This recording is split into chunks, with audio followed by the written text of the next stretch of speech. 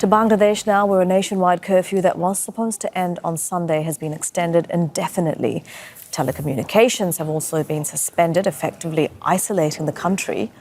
Those measures are in place to deter protests against the government's jobs quota system, which have seen violent police crackdowns. At least 114 people have been killed and thousands injured. The Supreme Court is now meeting and is expected to hand down a decision on the system in the coming hours. Let's bring in our correspondent, Tanveer Chowdhury. He's joining us live from Dhaka.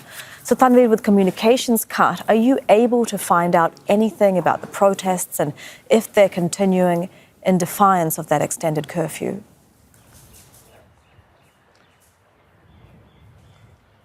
It's extremely difficult to come out news and information right now. The telephone lines are erratic. There is no internet services. The newspapers are not delivered. There's no newsstand.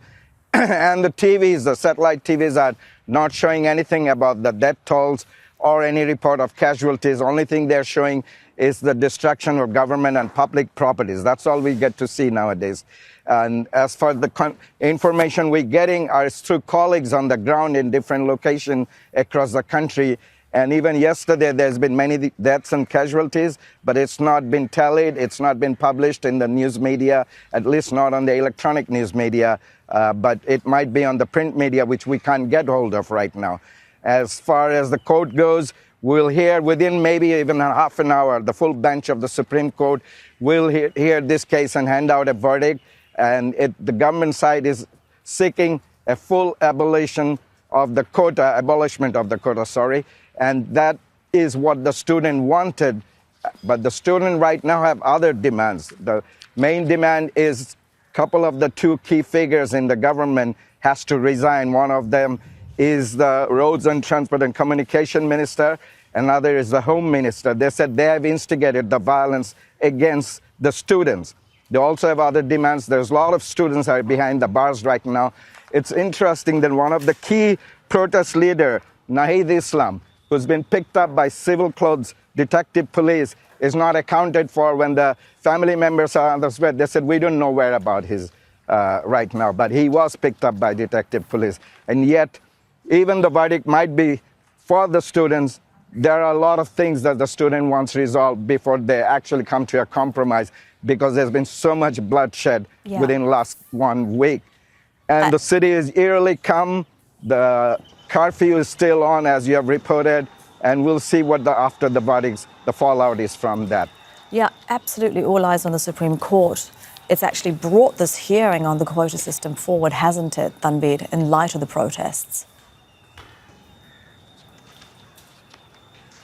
Yes, it could have been done earlier, but the High Court on June put this verdict. The government did abolish it in 2018, but the High Court reinstated the quota system. And the quota, actually expedited this thing. But after all this violence, the Supreme Court felt that this needs to have a special hearing and a 4-member appellate division bench. And after all this, now a lot of people are saying, why all this bloodbath, why all this destruction after all this? Yet you could have listened to what the students were saying. And we need to see how people react after this, because it's not just the issue of quota right now. Many people died, property is destroyed, government property is destroyed, and there's an information blackout, curfew. People are into serious inconvenience, they're apprehensive.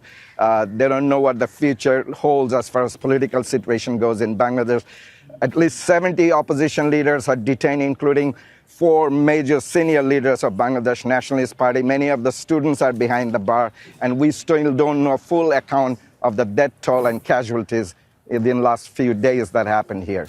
Tanveer, thank you very much for that. That is Tanveer Chowdhury with what we know so far, joining us live from Dhaka. Make sure to subscribe to our channel to get the latest news from Al Jazeera.